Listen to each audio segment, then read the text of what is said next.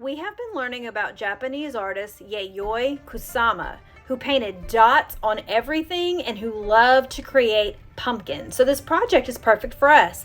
She created pumpkin sculptures as well as paintings.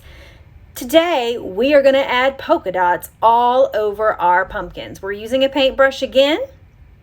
So we're going to hold it pencil grip style, right close to the silver part or the danger zone, keeping our brush bristles nice and pointed like a ballerina's tippy toes. You're going to dip the smallest amount into the black paint, and we're just going to make these old-fashioned style. We're drawing a circle with our brush and then painting on the inside. Please be patient with yourself because you know your pumpkin's all lumpy and bumpy because of that plaster texture, but just go slow, and if you make a mistake, guess what? Turn it into a beautiful oops. If you make a mistake on one of your circles, just continue to paint around it to make it bigger, to redo it, and then paint on the inside. We are making dots that are small, medium, large, and itty bitty. Practice doing different sizes and also different shapes. They can look like a round circle or they can look more like an oval shape. We're putting dots in the middle of our lines, and then don't forget to put dots on top of your lines all the way around.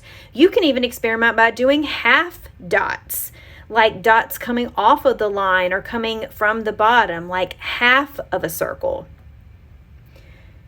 Can you continue to go around, and this is a good time to cover up any other white spaces you see that you didn't get to cover up with your paints last time. Put a dot on top of it and it fixes that problem.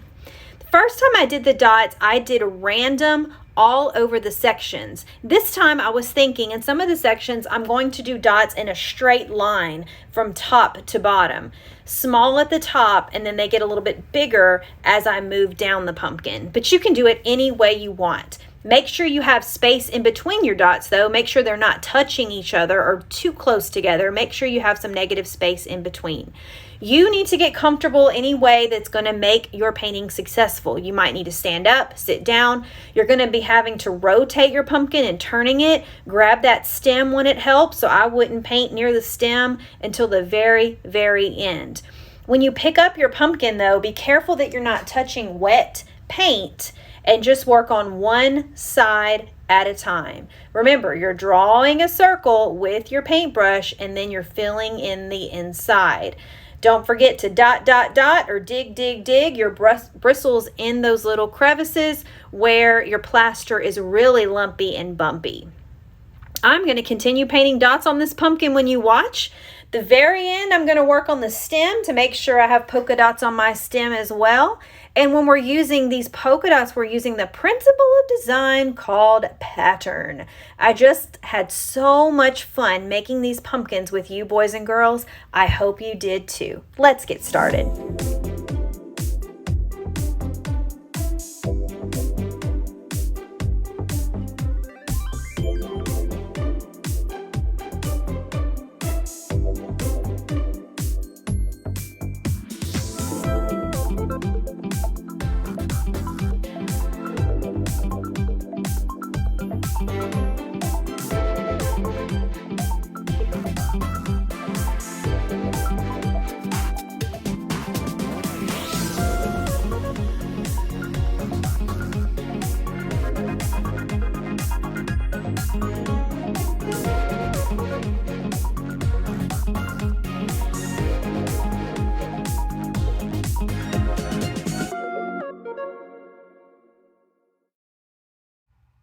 The final step is putting a protective shiny coating on our pumpkin. For that, we're using Mod Podge. This can be found at Walmart, Hobby Lobby, or Michael's.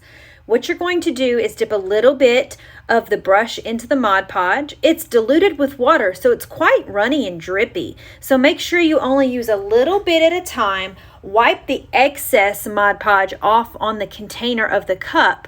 And I like to start at the top. That way, if it drips, I can probably catch it before it gets down. But if it does drip down, just smooth it out with your brush. It's a good thing we're painting on top of newspaper. When you need more, get a little bit and just continue painting Mod Podge on top of your entire pumpkin. When you paint it on, it looks like milky water or thin milk.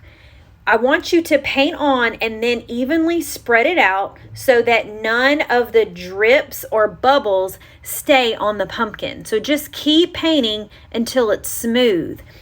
You will notice that it's covering your pumpkin with this milky white color, but don't worry, because when it dries, it will be completely clear.